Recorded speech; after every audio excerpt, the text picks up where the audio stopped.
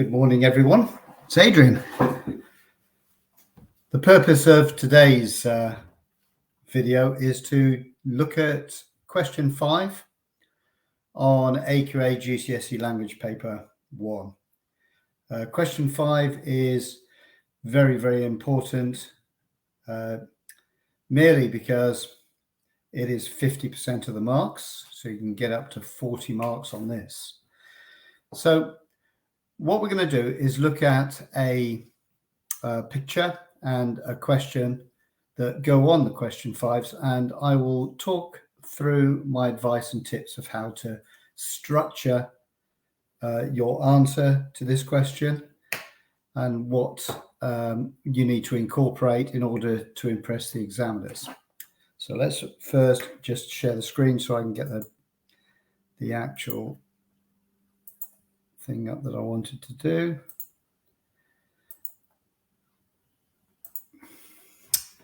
Right, so this is question 5, and it does advise that you spend up to 45 minutes on this question. In my strategy, I suggest you can minimize that time to 40 minutes because you can prepare a great deal for a creative writing question if you think about it. So this one, you've got two options, and the usual generic thing that occurs, you're going to enter a creative writing competition. Your entry will be judged by a panel of people of your own age. Well, in a way, at the start, there's quite a clue in that. A lot of youngsters, when they write creatively, they sometimes try to assume more adult roles themselves if they put themselves in the story. And this doesn't actually work very well. Because to be honest, the best way to write anything creatively is to base some of your ideas on real life experiences. And also to always try to write no higher up than your age. I mean, if you're 15, 16, you can't really assume the position of being someone who's 21. You might have an idea about how a 21-year-old would behave, but you really have no clue. So stay within your parameters when you do this question. Now, you've got two options, and the options sometimes can be dictated by the quality of the picture you get, and obviously also by the question that follows. And you think, well, what am I better at? But you can be good at both, depending again on the type of question and quite the type of picture you've got. So let's just look at the first part. It says either write descriptions suggested by this picture or write the opening part of a story about a place that's severely affected by the weather.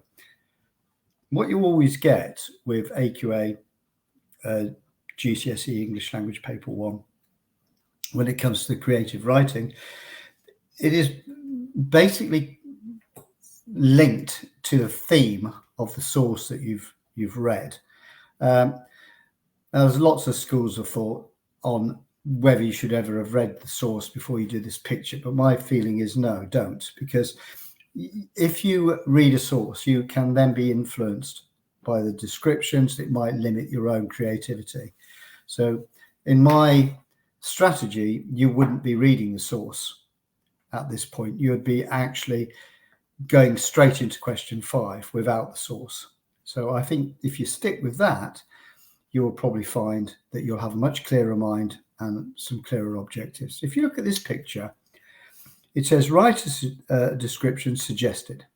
Now there's the key word, suggested. So in effect, that could mean that you don't need to do the description of that picture. But it also says write a description. And that's important. When we look at something, we always think that's the way we describe things. But in fact, when you describe things, you describe a person, or you describe an event, you should incorporate all your senses. So it might be If you're describing a person, you want to describe their behavior. You might want to describe the way they walk, the way they talk, the way they sound, not necessarily the way they smell, although sometimes that can come into play if it's a mystery sort of murder and somebody recognizes the scent of somebody's aftershave or whatever.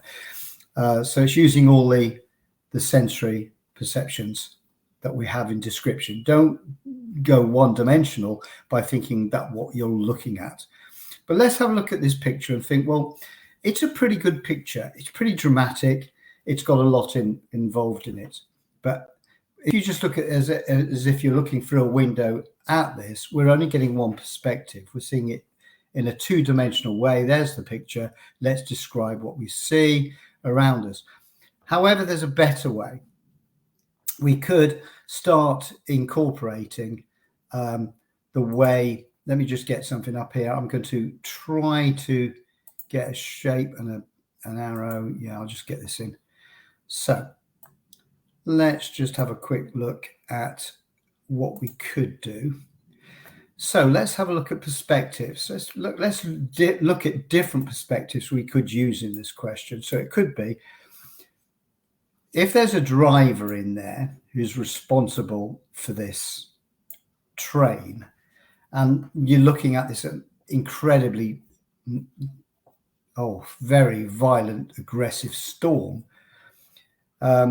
you might want to get his perspective. Imagine there's a camera inside his cabin, and you think, well, what's he focusing on? What's he look like?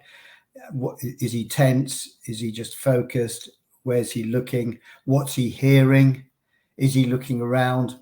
I should not think so, possibly not. So that's one perspective you could do. So when you're just looking at this picture, you could actually look at a perspective.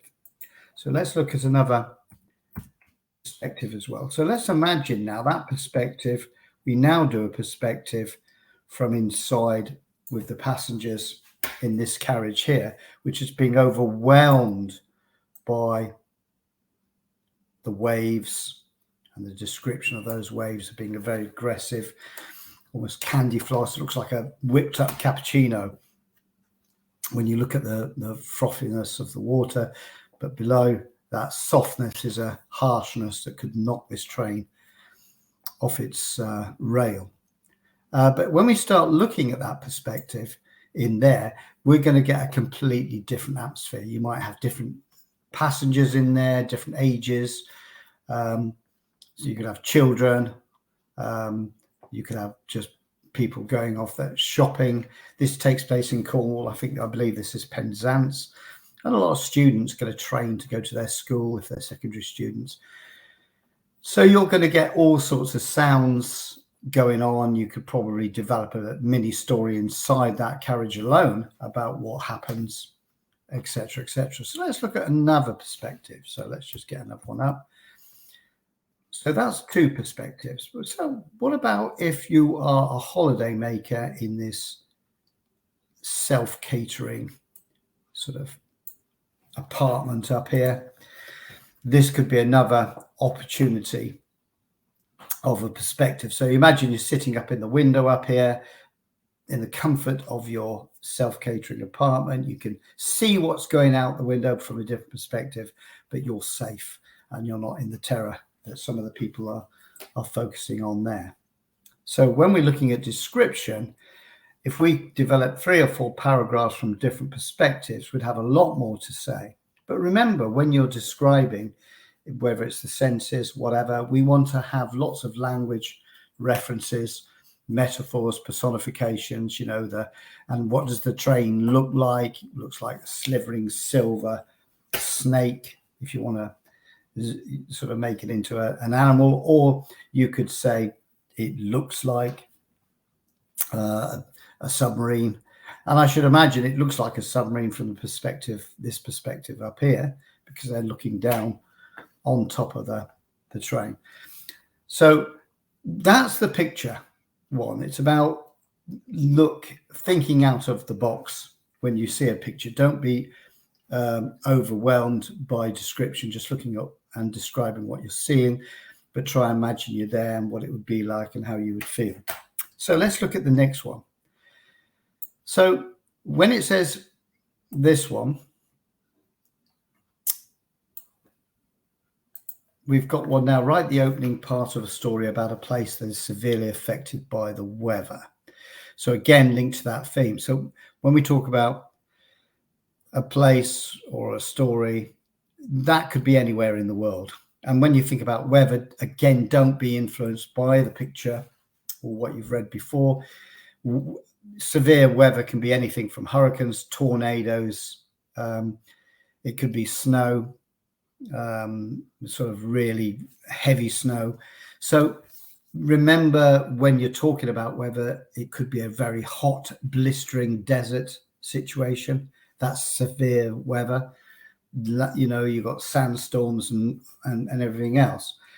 But with structuring this, because it's part of the opening of a story, you want to start using various elements that the examiners want to see.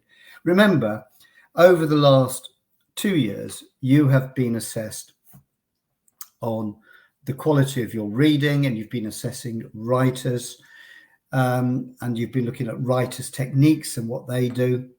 But what we need to do is now start showing almost to the examiner the way you can showcase your learning by including different elements. For instance, it says this, the opening of a story. There's no reason why you shouldn't, first of all, think about the narrative. How are you going to write this? Is it going to be in first person, third person? Is it going to include a start like flashback? So sometimes great stories start with the ending of what happened in the event, but then go back and tell the story. You even get Shakespeare with Romeo and Juliet. They start with a prologue telling us what's going to happen, but people still want to see the play because they want to see how it happened.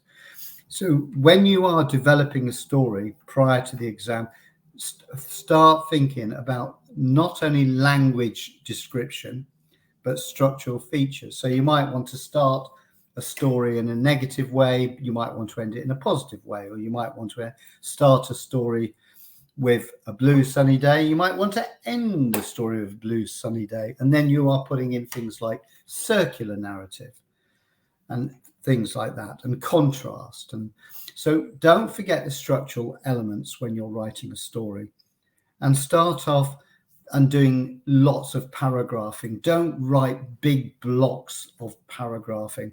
When you read the extracts, if you look at the exam extracts, there's always about 8 or 9 paragraphs, and you have to ask why. Well, the reason there are 8 or 9 paragraphs, because the reality is, in a story, in a film, in a play, there's always going to be a shift of focus. Every time you write a new paragraph, it is a shift of focus. So imagine that you're a cameraman working in a film, and you've just written a story. What does the cameraman focus on at the beginning? What do they focus on as the story progresses, and so on and so on?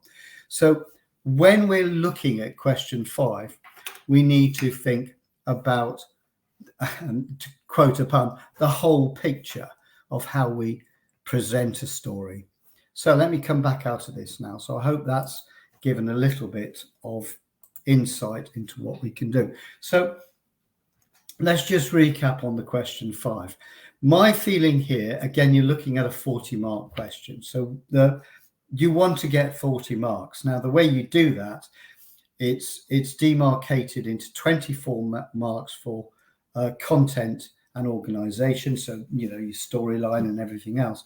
But there's over 16 marks that also can be awarded for very good spelling, good use of vocabulary, obviously punctuation. So basically SPAG. And a lot of students write a great, lots of content in the story, and it's quite good, but then they do actually muck up on their spelling. So prior to the exam, think about good phrases, words that are quite academic, are quite different, quite unique. Learn how to spell them and prepare in that way for your exam. But also think of how your story should be structured. Any story you do, you can actually prepare the beginning and the end. All you've got to do is fill in the gaps with the content, depending on what the subject matter is in the actual exam itself. Okay, so look, that's it for today. That's question 5 now. That's the whole of paper 1 done, barring question 1 that I haven't done, because basically I don't think I need to give a video to tell you how to list 4 things in question 1 from an extract of about 1 to 5 lines. So I've just done questions 2, 3, 4, and 5, and hopefully you will be able to look at this video and get some tips and remind yourself how to approach it. But do practice what you do. Work out something you can always learn. You can learn a structure for a story before you know what you're writing about. And that's something you can prepare for. And again, could I please remind people that all these tips and bits of advice I'm giving, you can get this advice by purchasing my combined revisions guide, Adrian's Revision Secrets 1 and 2. I'm going to actually show you where you can get this. So I'm going to just go to the screen and share again and just see if I can bring up where you find, that's it. So I am now sharing my website. So this is the booklet I'm trying to get you. So you can go to my website. If you look at this website, you go to my shop, and then you get the revision secrets there. And this book was retailing at £8. It is now £5. I'm doing this for the whole period up until the exams. Look, if you don't have time to look at my videos, you certainly could just get this guide. It's got over 100 pages of advice, tips, and it's very much in user-friendly language. So it's not highfalutin and academic. It's just basically me talking to you, but in the written word. And you can find it on my website there. So just come out of that again. Come back once more to the... Let's just come back. Okay, so that's it for today. A bit longer the video, this one, but we were looking at 2 questions. I hope this was helpful. I will be now going on to paper 2 this week, and hopefully do questions 2, 3, and 4 and 5 on that one. And again, look out for the videos. These are free, and hopefully they will help you get better marks, help you to master how to write a good question 5.